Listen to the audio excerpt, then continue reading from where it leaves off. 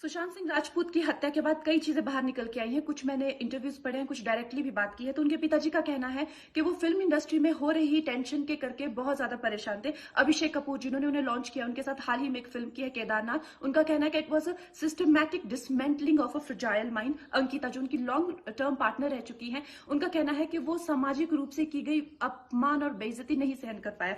तो अब मैं आपको बताऊंगी कि मूवी माफिया ने ना कि सिर्फ उनको बैन किया था, सिस्टमैटिक डिसमेंटलिंग, कैसे कतरा कतरा करके उनका दिमाग तोड़ा गया है, उनको मारा गया है। तो ब्लाइंड आइटम आप इसलिए लिखते हैं क्योंकि आप जब झूठ लिखना होता है, आप को के अगेंस्ट कोई लीगल एक्शन नहीं लिया सकता, क्योंकि आपका तो नाम ही नहीं लिखा, मगर उसकी जो डिस्क्रिप्शन होती है, जैसे मेरे बारे में लिखा जाएगा कि जिस लड़की के घुंघराले बाल हैं, जिसको नेशनल अवार्ड मिला हुआ है, साइकोटिक है, इस तरह से, जो कि मनाली से, डिस्क्रिप्शन पूरी दी जाएगी मगर नाम नहीं लिखा जाएगा। 23 अगस्त 2017 को बॉलीवुड लाइव सुशांत के बारे में लिखता है कि वो जब भी सेक्स करता है तो सिर्फ अपने ही गाने सुनता है, वो सबसे बड़ा नार्सिसिस्ट है। 16 दिसंबर 2016 में मुंबई मिरर लिखता है कि सुशांत एक ट्रक ड्राइवर की तरह लगता है। 22 फरवरी 2019 को मुंबई मिरर लिखता है कि पार्टी में तमाशा करने के बाद सुशांत ने कांच की बोतल एक डायरेक्टर के सर पे दे मारी। 18 अक्टूबर 2018 को डीएनए लिखता है कि सुशांत ने अपनी को एक्टर का रेप किया और वो मीटू के चलते अब जेल जा सकता है। और ऐसी न जाने कितने अनगिनत झूठ। और ये जो बुद्धिजीवी जर्नलिस्ट हैं, ये जो चील कौए गिद्ध हैं जो मूवी माफिया के पाले हुए हैं, ये इसको मेंटल इमोशनल साइकोलॉजिकल लिंचिंग को जर्नलिज्म कहते हैं। मेरे बारे में आज तक जो भी कहा गया मैंने कुछ नहीं कहा, लेकिन जब एक स्वतंत्रता सेनानी के खिलाफ गंदगी लिखी गई, मैंने उस जर्नलिस्ट को कॉन्फ्रंट किया। आपको पता है, उसी रात 4 सीनियर जर्नलिस्ट ने मेरे खिलाफ एक गिल्ड बनाई। ऐलान किया गया कि इसकी फिल्म को बैन किया जाए, फ्लॉप किया जाए। आपको पता है, 3000 जर्नलिस्ट गैंग अप होते हैं एक अकेली लड़की पर, उसकी इमोशनल लिंचिंग करते हैं सरेआम, और ये समाज कुछ नहीं कहता, कानून कुछ नहीं कहता है। मैंने उन पे केस करने की कोशिश की, मगर 1 महीने बाद वो गायब हो गए। मेरी फिल्म रिलीज हुई, गायब हो गई। तो मेरा कहने का मतलब ये है कि अगर ये समाज जिस अन्याय की बुनियाद पर खड़ा है और कभी आवाज नहीं, आप ये पढ़ते हैं, चटकारे लेते हैं, कभी आपने सोचा है कि कभी नेपो किड्स के बारे में ये क्यों नहीं लिखा जाता है? तो ये अन्याय का फंदा किसी दिन आपके बच्चों के गले में लटका मिलेगा, आपके गले में लटका मिलेगा। इसलिए जब तालियां बजेगी और सीटियां बजेगी, तब आपको पता चलेगा कि क्या गुजरती होगी। गुड मॉर्निंग, गुड मॉर्निंग, नमस्ते। मैंने बहुत दिन से वीलॉग नहीं किया। मेरा मूड नहीं था एक्चुअली। पूरा भारत कई प्रेशर से गुज़र रहा है। एक तो मेंटल और इमोशनल प्रेशर सुशांत सिंह राजपूत के जाने के बाद में, वो जो लाजमी भी है ऑफ कोर्स, क्योंकि अपनी आंखों के सामने एक जवान ज़िंदगी को जाते हुए देखना आसान बात नहीं है, और कोई बहुत ही निष्ठुर होगा कि वो इस बात से अफेक्टेड ना हो। और ऊपर से फिर अभी इंडो चाइना का जो केस चल रहा है, और जो 20 जवान जो घंटों लड़ने के बाद में और तड़प तड़प के जो मरे हैं, आई डोंट नो वहाँ पर क्या कैजुअलिटी हुई है। मैं भारतीय हूँ, पर उससे ज़्यादा मैं एक ह्यूमन बीइंग हूँ, एक इंसान हूँ आपकी तरह। तो मुझे दोनों ही चीज़ें ठीक नहीं लगती। मतलब ये क्या है चल रहा है, हमारी इंसान को मारना। और ये चीज़ें समझदारी से भी हैंडल हो सकती हैं अगर इंसान चाहे तो, लेकिन हमारे वाले तो चाहते हैं शायद, लेकिन सामने वाला जो पक्ष है वो तैयार नहीं है, या उसके अपने एजेंडाज हैं। कुछ दुख की बात है। मेरी सहानुभूति सबके लिए है। मैं इस वीलॉग से एक रिक्वेस्ट करना चाहता हूँ, ख़ास तौर से हमारी म्यूज़िक कंपनीज़ को, क्योंकि आज सुशांत सिंह राजपूत मरा है, एक एक्टर मरा है।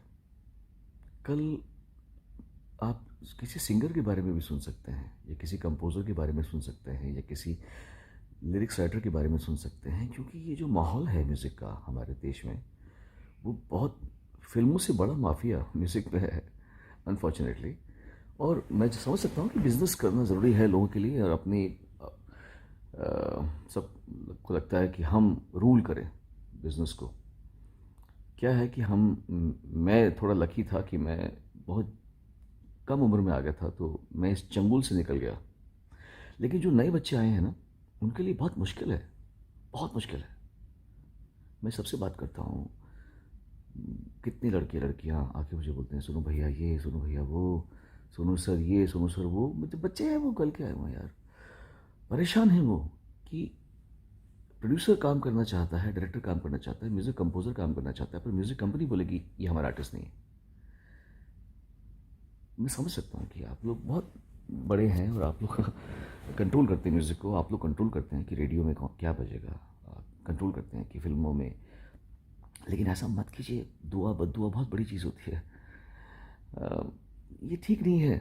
ये जो दो लोगों के हाथों में ताकत है ना, दो लोग हैं बस इंडस्ट्री के म्यूज़िकली, उनके दो कंपनीज हैं, उनके हाथों में ताकत है कि ये इसको गवाओ, इसको मत गवाओ। देखिए मेरा मैं निकल गया इससे, ना मुझे कोई गाने की इच्छा है पिछले 15 साल से, ना मैं कोई बहुत, it's okay, I am very happy in my own world, but I have seen the frustration in the eyes and in the voice, in the words of new singers, new composers, new lyrics writers. खून के आंसू रोते कभी कभी। अगर वो मर गए तो आपके दिल पे, आपके ऊपर एक बहुत बड़ा, आपको भी, आप पे भी प्रश्न चिन्ह आएगा। Be a little more kind please to the newcomers, because ये सब गंधर्व लोग हैं, सिंगर्स, कंपोजर्स वगैरह जो होते हैं गंधर्व लोग हैं, इन पे सब, इनको प्रताड़ित मत कीजिए। आप लोग इन पे थोड़ा सा इजी रहिए। मेरे साथ में ऐसे हो सकता है कि मेरे गाने मैं गा रहा हूँ और कोई बोल रहा है कि वही एक्टर जिस एक्टर के ऊपर आजकल उंगलियां उठ रही हैं, वो एक्टर बोल रहा है कि इसको मत गवाओ, और उसने अरिजीत सिंह के साथ में भी कर रखा है।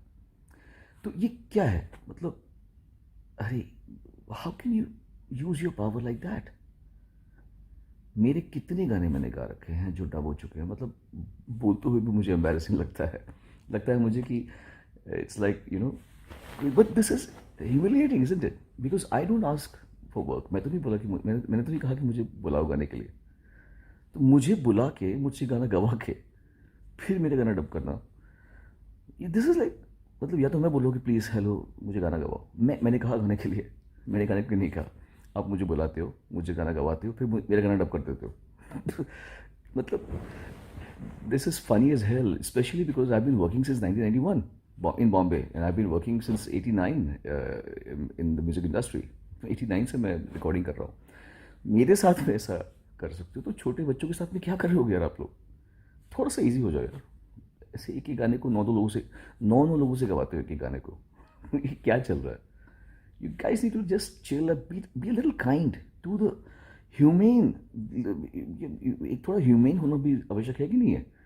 आपको लगता है कि इतना इजी है एक सिंगर को कि वो उसने 10 गाने गाए, 10 के 10 गाने डब हो जाए उसके, फिर 11वें गाने में उसको बोले तुझे हम सिलेक्ट कर रहे हैं। Isn't it wrong for the singers? Isn't it wrong for the lyrics writers to be paid pittance? Isn't wrong for the music composers कि तेरा गाना, तू मेरी कंपनी में का आर्टिस्ट है तो मैं तुझे काम दूंगा, वरना तेरा काम कितना भी अच्छा हो मैं तुझे काम नहीं, तेरे से काम नहीं करूँगा। कि थोड़ा ठीक नहीं है मेरे ख्याल से। So you see, I am done with this, but please don't torture the younger ones. Really इतना अच्छा स्पेस नहीं है। Please look, step into their shoes and please try to understand. They need you, they need your help, they need your kindness, they need your grace. थोड़ा सा kind हो जाइए आप लोग यार, ऐसा मत कीजिए। एनीवे चलो, आई होप कुछ लोग इस बात का बुरा ना माने कि सोनू निगम ने ऐसे बोल दिया और हमारे बारे में ऐसा बोल दिया। मैं जो कह रहा हूँ वो जो मैं देख रहा हूँ मैं वही कह रहा हूँ, और मेरे ख्याल से लोग इससे एग्री भी करेंगे, जो म्यूजिक कंपोजर्स हैं, जो सिंगर्स हैं, जो राइटर्स हैं, जो सफ़र कर रहे हैं। मैं कह रहा हूँ even directors and producers also are not happy कि उनको उनकी मर्जी का म्यूज़िक बनाने नहीं दिया जा रहा। ये भी ठीक बात नहीं है ना।